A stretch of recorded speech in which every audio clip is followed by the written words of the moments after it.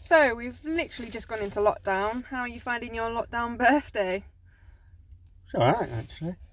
Yeah, like, I guess in some ways it's a bit calmer, isn't it? Yeah, it means I can slow down because normally most birthdays I'm here, there, everywhere, Partly my fault, and because it's normally, exhausting. normally I plan such big, extravagant things. I surprise you with people. People pop up here and everywhere, but obviously following guidelines, like, that's not allowed. So I'd be breaking rules, and I'm not a planner who would break rules. Yeah, the next best thing we can do is we've just come to a lake, haven't we? Just to sit Yep. and have a takeaway lunch. Then we're going to go for our exercise, which is a walk around it probably. So we're following the rules pretty much. Yeah, I'm going to need that exercise after the cake you brought me. Yeah, I bought a massive cake. It's a really, really huge cake, but it does say your name on it. You look so happy with this cake. Like, honestly, you were literally like, when I came out with this box, you're like, oh, this cake. Yeah, but you're complaining that the gyms are shut. Almost got, yeah. The gyms are shut, and then you go buy me a cake. Yeah, and then my birthday's in 7 weeks, so if we end up having another cake, that's a lot of cake. Just losing weight before the wedding. Yeah, getting married in May. Fingers crossed, hopefully. Really hope so. How are you coping with like the lockdown side of things, like in general, not just like your birthday and things like that? I'm okay with it because I understand why. It's exhausting with work because we have to do work with people one-to-one. So it takes more time and more energy. And we have to do mostly walks as well, so like we're limiting car travel, which means obviously we're just walking around people's houses instead of taking them out, which means when we're seeing them it's just all about walking, whereas normally you have a bit of break, like kind of rest, like while you're driving, don't you? And you just like you did like 29,000 steps yesterday, didn't you?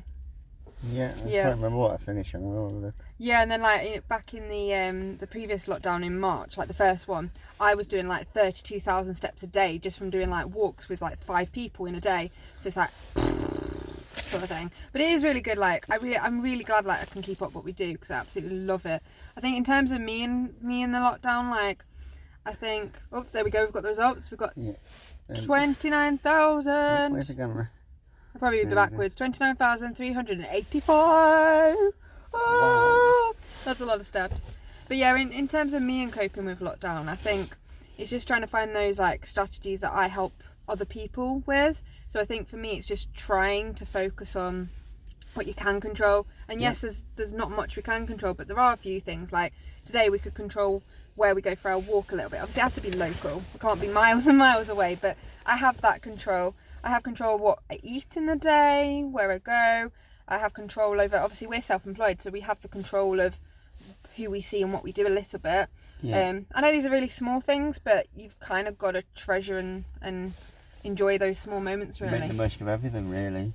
Yeah, because otherwise it just gets doomy and gloomy. Because when I sort of, I get really caught up with my autism. I get really caught up in what I can't control, and then I just focus on, oh, I can't do this, can't do that, can't do this.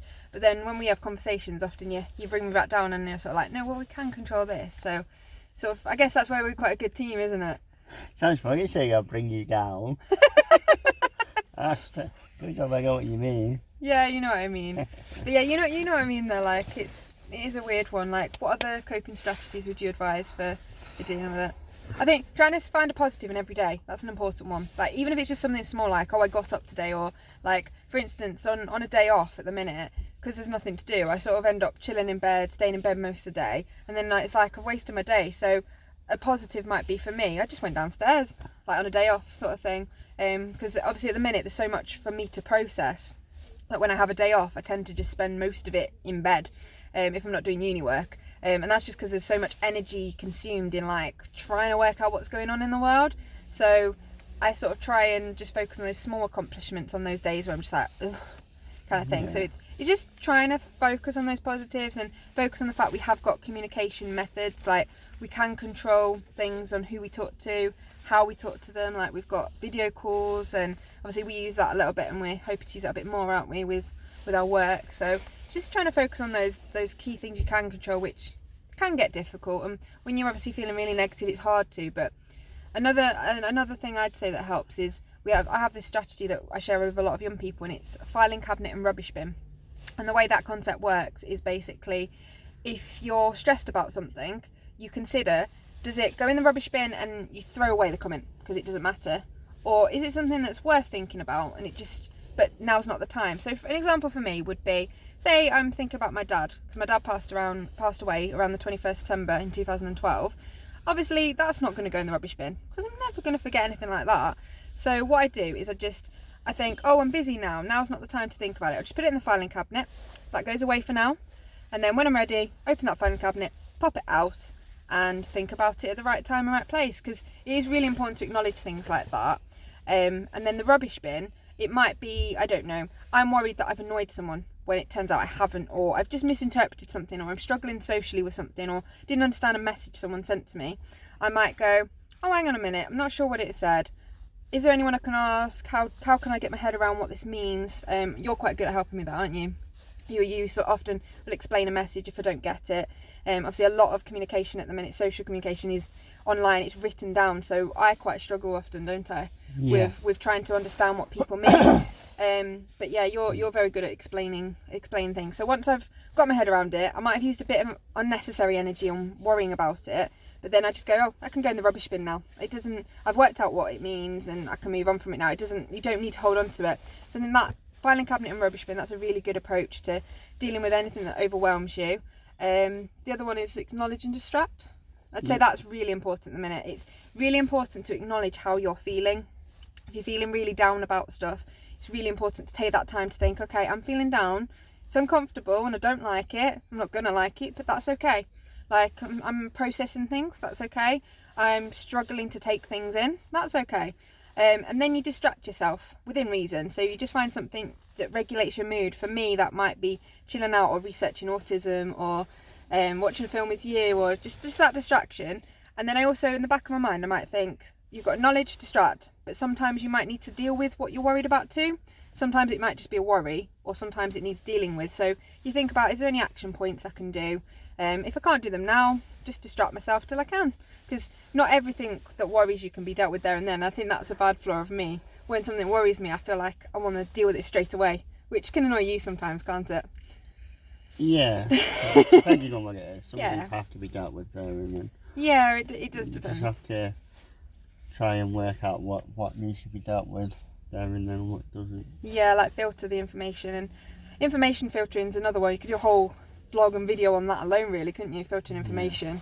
But that's important to do as well within the concept of dealing with lockdown, is trying to filter out information, and that's something you can actually control, even though it seems like you can't sometimes. So for example, I can't control when Boris announces lockdown. I can't control that, of course not. But what I can control is how much information I choose to take in after that information. So he announces lockdown, well, that's important.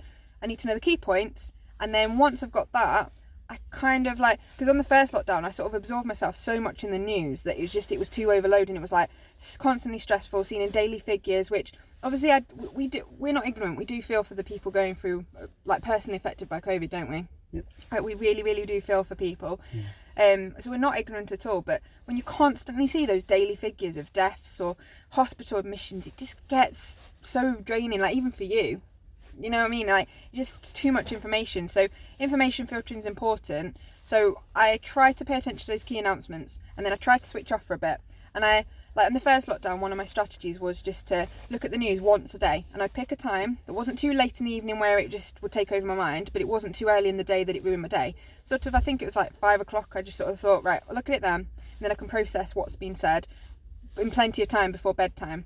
Because I don't really like to filter that sort of thing straight on bedtime, because that would keep me up all night, and you know what I'm like. To hear something like when we had the 8 o'clock lockdown news, that kept me up really late, because it was like, why 8 o'clock at night? Like, I was getting frustrated. I was like, why 8 o'clock at night? I want to sleep. Now I'm just going to be worried about it and the changes. But in terms of information filtering, like I say, just focus on that information you need to, and then I've just tried to have a couple of days where I'm switching off of it. Like, today's your birthday, I'm trying to switch off from that information, because otherwise I would drive myself nuts. Like, this was the first lockdown, I'd constantly be looking at the news for some sort of update or reassurance, but that's just consumes so much energy. So it's really important. Per Puella actually does a fantastic video on energy accounting, and I was watching it the other day. I don't know if you've seen it yet, Linden, and it basically talks about how to manage your energy. Like, don't consume all your energy in something that's going to going to drain you. And again, that can be a whole nother topic, but it's really important to think about how you're using your energy. And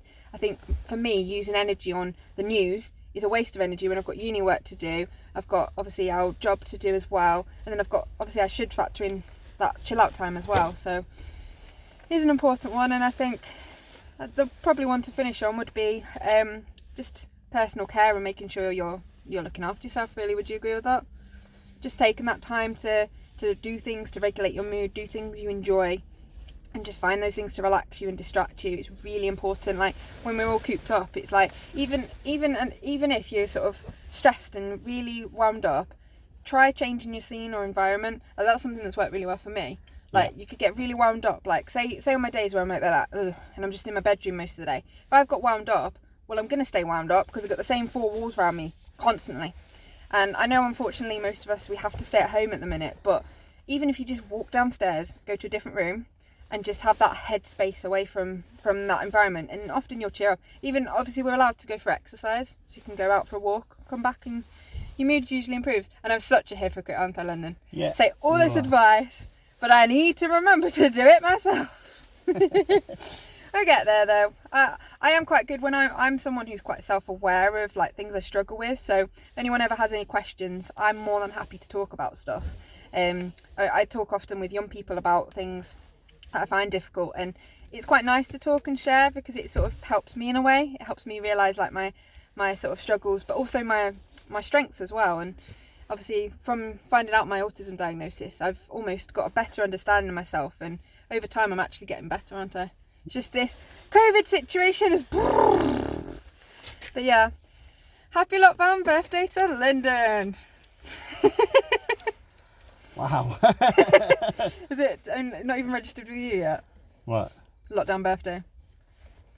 No, I'm saying wow at the fact that you just saying all this stuff and then Energy. All this energy. Energy is important. You need to spread it out, not use it all at once, like I just did. But yeah, over and out. And again, this is just a bit of video for fun. But you got the two of us today, so yeah. Bye. bye.